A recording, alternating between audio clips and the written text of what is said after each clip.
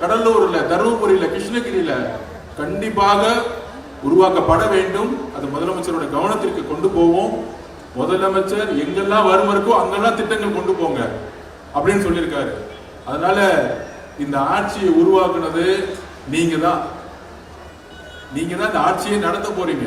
ஒரு சின்ன பிரச்சனைன்னு நீங்க அப்டேட் பண்ணா கூட முதலமைச்சர் வந்து சோசியல் மீடியா பார்த்துட்டு அந்த ஊர்ல ஏன் ரோடு இல்ல, ஏன் ஜவாத மலையில வந்து சரியான பள்ளிக்கூடம் இல்ல, உடனே அமைச்சர் போய் பாருங்கன்னு சொல்லக்கூடிய ஒரு அண்ணனை நீங்க தேர்ந்தெடுத்திருக்கீங்க, ஒரு முதலமைச்சரை உருவாக்கி இருக்கீங்க. பெண் குழந்தைங்களை பெற்றுட்டா உடனே கல்யாணம் பண்ணிச்சு நம்ம கடமை முடிஞ்சிச்சு அப்படின்னு யோசிக்காதீங்க. பெண் குழந்தை ஆண் குழந்தை சரிசமமா பார்ப்போம். உங்களை எப்படி உங்களுடைய அம்மா வந்து டக்குன்னு சீக்கிரமா கல்யாணம் கொடுத்ததுனால நானும் அப்படி கல்யாணம் பண்ணி வைக்க நினைக்காதீங்க. அது ஒரு உதாரணமே சொல்லியிருந்தேன். எங்க அம்மாவை வந்து சீக்கிரமே கல்யாணம் பண்ணி வச்சுட்டாங்க. அந்த வாழ்க்கை பிடிக்கலன்னு எங்க அம்மா இறந்துட்டாங்க.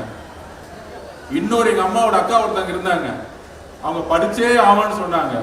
அவங்க தான் எங்க பெரியம்மா.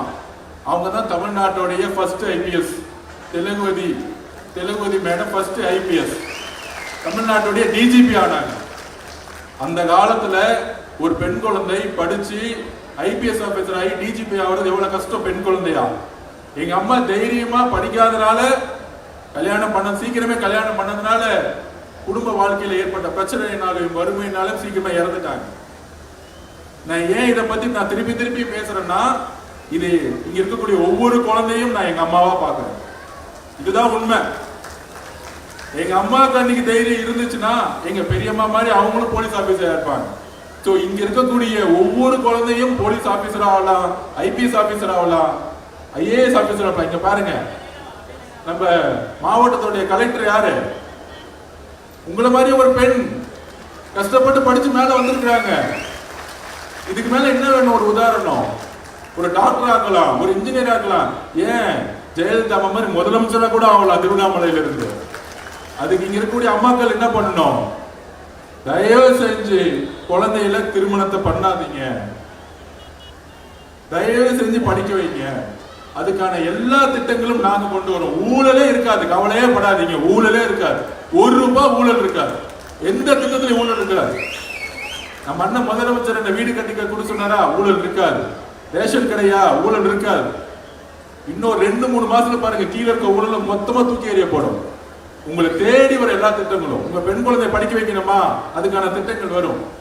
உங்க பெண் குழந்தை படிச்சதுல இருந்து ஸ்கூலுக்கு போய் கல்லூரிக்கு போய் வேலை வரைக்கும் இந்த அரசே தத்தெடுக்கும். நீங்க கவலையப்படாதீங்க, கொஞ்சம் பொறுத்துக்கோங்க.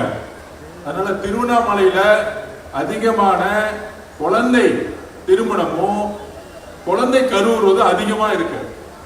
இது இன்னும் 1-2 வருஷம் சுத்தமா தொடச்சேறிடும். ஒரு நேரத்தில் எப்படி பெண் குழந்தைய வந்து பிறந்த உடனே இந்த கள்ளிப்பால்னு சொல்லிட்டு தூக்கி எறிவாங்க, அதை ஒழிச்சிட்டோம், மொத்தமா ஒழிச்சிட்டோம். இப்ப அடுத்த குறிக்கோள் என்ன? அந்த சின்ன குழந்தை கருவுறக்கூடாது, அந்த சின்ன குழந்தைய கல்யாணம் பண்ணி வைக்க கூடாது.